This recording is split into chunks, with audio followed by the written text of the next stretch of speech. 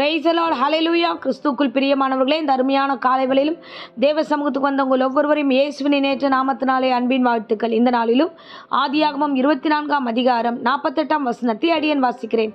என்னை நேர்வழியாய் நடத்தி வந்த என் எஜமானாகிய ஆபிரகாமின் தேவனாகிய கர்த்தரை ஸ்தோத்தரித்தேன். ஆமென். அருமையான வார்த்தை பாருங்க. இந்த வார்த்தை எலியேசர் சொல்லுகிறார். எலியேசர் யாருன்னா ஆபிரகாமுடைய வேலைக்காரன். ஆபிரகாம் ஒரு வேலையாக அனுப்புகிறார். தன்னுடைய மகனுக்காக பெண் பார்க்கும்படியாய் அனுப்புகிறார். அங்கே போகும்பொழுது போகிற வழியில் அந்த வழியில் அவர் ஜோமனிட்டே போகிறார். ஆண்டவரே, என் எஜமானுடைய வீட்டின் காரியமாக நான் போகிறேன். என்னை ஆண்டவரே நீர் நேர்வழியாக என்னை நீ நடத்தணும். எங்கள் எஜமான் வேற சொல்லியிருக்கிறாரு, நான் போகிற வழியில் உன்னை நடத்துவதற்கு என் கர்த்தர் தூதனை கட்டளிடுவார்ன்ட்டு. அதில் தொடர்ந்து நம்ம வசனத்தில் நம்ம வாசிக்கும்போது அவர் நான் வழிபடும் கர்த்தர் உன்னோடு கூட தூதனை அனுப்பி உன் பிரயாணத்தை வாய்க்க பண்ணுவார் அப்படின்னு சொல்லி ஆபிரகாம் வாழ்த்தி அனுப்புகிறார். இந்த நாளில் இந்த பிரசங்கத்தின் மூலமா தேவனாகிய கர்த்தர் நம்மோடு பேசுவார். பாருங்களேன், நேர் வழியாய் நடத்துவார் என்று யார் விசுவாசிக்கிறான்னா ஒரு வேலைக்காரன் விசுவாசிக்கிறான்.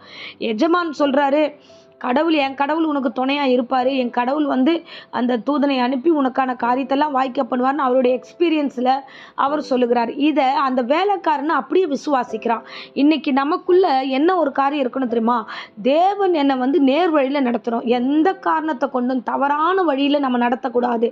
இன்னைக்கு வழி நடத்துதல் என்பது 2 வகையில் இருக்குது. ஒன்று நேர் வழியில் நடக்கிறது, உண்மையும் உத்தமத்தோட கடவுளுக்கு பிரியமாய் பயந்து தேவனுக்கு பயந்து நடக்கிற நடக்கைகள்.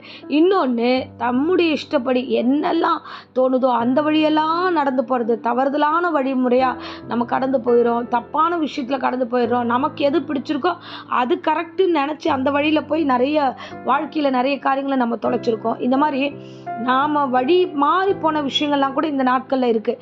அப்போது வசனத்தின்படி பார்த்தா இந்த வேலைக்காரன் அவ்வளோ தெளிவாக ஜெபம் பண்ணுறான். என்னை நேர்வழியாக நடத்துங்க ஆண்டவரே. ஏன்னா ஒரு பெரிய வேலை செய்ய போகிறேன். அந்த வேலைக்கு எனக்கு தோன்றதை நான் செய்யக்கூடாது. நான் போகிற காரியங்கள் எல்லாம் என்னுடைய மன விருப்பமோ என்னுடைய வாஞ்சியோ அது இருக்கக்கூடாது. பின்னாடி அதனால் அது ஏதாவது பிரச்சனை ஆயிடுச்சுன்னா ஆகையால் கர்த்தாவே, என் எஜமானன் என்னை நம்பி சொல்லியிருக்கிறாரு, என்னை நேர்வழியாக நடத்துங்க. இன்னைக்கு இந்த பிரசங்கத்தை கேட்கிறவர்களே, தேவ சமூகத்தில் உங்களை அர்ப்பணிங்க. ஒருவேளை நீங்கள் ஒரு வியாபாரத்தை துவங்குறீங்கன்னா, ஆண்டவரே என் விருப்பத்தின்படி அல்ல ஆண்டவரே, அப்பா நீர் என்னை நியாயமாக நேர்வழியில் நடத்துங்கன்னு ஜெபம் பண்ணுங்க. ஒருவேளை தேவ சமூகத்தில் வேலைக்காக காத்திருந்து வேலைக்கு போறீங்கன்னா லஞ்சம் கொஞ்சம் வாங்கி கொடுத்து அந்த காரியத்துலலாம் நீங்கள் பண செலவு பண்ணி வேலை வாங்கணும்லாம் போகாதீங்க. நேர்வழியில் போங்க. நல்ல ஜாபை கர்த்தர் கொடுப்பார், அதிசயத்தை காண செய்வார். அவர் நடத்த வல்லவராக இருக்கிறார். ஆமென், அல்லேலூயா. ஒரு வீடு வாசல் வாங்க போகிறோம்னா தவறுதலான வழியில் வர பணத்தெல்லாம் வச்சு நம்ம எந்த காரணத்தை கொண்டு வீடு வாசல் வாங்கக்கூடாது. நேர் வழியில் கர்த்தர் நம்மை நடத்தணும். பெண் காரியங்களோ இல்லை திருமண காரியங்களோ இதுக்கு போகிறோமா, அது தேவனாகிய கர்த்தர் நேர் வழியில் நடத்த வேண்டும். ஆமென், அல்லேலூயா. ஒவ்வொரு காரியத்திற்கும் வழிமுறை ஒன்று உண்டு. நீங்கள் ஒரு காரியத்தை துவங்குறீங்கன்னா அதை நின்று ஜெபிக்கிற பிள்ளைகளாக இருக்க வேண்டும். ஆமென், அல்லேலூயா. இந்த எலியேசர் அப்படி தான் நின்று வழியில் நின்று ஜெபம் பண்ணுற, ஆண்டவரே எனக்கு நேர் வழி தெரியாது, ஆனால் என் எஜமான் சொல்லியிருக்கிறாரு தூதனை அனுப்புவாருன்ட்டு. அந்த தூதன் எனக்கு முன்பதாக போய் கோணலானவே எல்லாம் செவையாக்கட்டும். எதெல்லாம் நான் பார்க்கணுமோ, எதெல்லாம் எனக்கு சரியாய் தோன்றுமோ அதெல்லாம் என் வாழ்க்கையில் சரியானதே அந்த தூதன் வழி நடத்தும்படியாய் எனக்கு வழி காமிச்சு விடுங்க ஆண்டவரே. அவன் ஜெபம் பண்ணுறான். 2வது காரியம் அவன் என்ன தெரியுமா பண்ணான்? அடையாளம் வைக்கிறான். நான் போகும்போது என்னோடு பேசி எனக்கான காரியத்தை சந்திக்கிறவங்க யாரோ அவங்களே ஆண்டவர் ஆசீர்வதிச்சிரு என்று நான் விசுவாசிக்கிறேன்னு.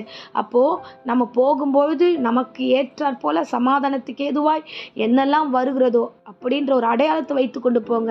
உங்களுக்கு புரிதலான ஒரு அடையாளத்தை வைத்து கொண்டு போங்க. நேர் வழியில் கர்த்தர் உங்களை நடத்துவார். ஒவ்வொரு மனிதனுக்கும் நிச்சயமாகவே நேர்வழி தேவைப்படுகிறது. இந்த உலகம் நேர்வழியை விட்டுடுச்சு. நாம் இந்த நேர்வழியில் கடந்து போவோம். கிறிஸ்து நமக்காக பரிசுத்த ஆவியான நமக்காக எழுந்தருளினாரே, உங்களுக்காக ஆண்டவர் இந்த பூமிக்கு நேர்வழியில் வந்தாரே, அந்த தேவனுடைய பிள்ளைகளாகிய நாமும் அவருடைய நேர்வழியில் நடப்போம். எல்லாவற்றும் அவர் நன்மையாகவே செய்வார். அவர் எல்லாவற்றும் நமக்காக ஆசீர்வாதமாய் கட்டளிடுவார். ஆமென். எலியேசரை போல ஒரு காரியம் கையில் எடுக்கும்போது ஜோமனிட்டு, வீட்டை விட்டு வெளியில் போகும்போது ஜோமனிட்டு வெளியில் போங்க. கர்த்தர் தாமே உங்களுக்கு தூதனை கட்டளிட்டு அந்த வழியெல்லாம் வாய்க்க வாய்க்க பண்ணுவார். இன்னைக்கு ப்ராஃபஸியாக சொல்கிறேன், உன் பிரயாணத்தை கர்த்தர் வாய்க்க பண்ணி உங்கள் வழியை கர்த்தர் ஆசீர்வதிப்பார். ஆமென். ஸோ இப்பொழுது மடியில் உங்களுக்காக ஜெபிக்கிறேன். அன்பு ரட்சகா, இந்த அருமையான தருணத்தில் நேர் வழியில் என்னையும் என் பிள்ளைகளையும் இந்த பிரசங்கத்தை கேட்குற ஒவ்வொரு நடத்த போகிறீர் ஆண்டவரே. அப்பா, அதற்காய் நன்றி ஆண்டவரே. அப்பா, தவறுதலான வழியில் கடந்து போகாதபடிக்கு எல்லா காரியத்திலையும் ஆண்டவரே ஞானத்தையும் அறிவையும் புத்தியும் கொடுத்து அடையாளத்தை வைத்து நாங்கள் ஆண்டவரை கடந்து போக ஆண்டவர் கிருபை தாங்க.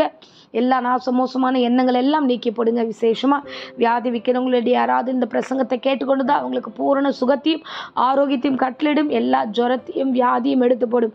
சகலமும் நன்மைக்கு எதுவாக நடத்தும். ஆசீர்வதியும். ஒவ்வொருடைய பிரயாணத்தையும் ஆசீர்வதியும்.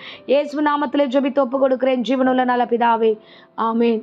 ஆமேன். Praise the lord. God bless you.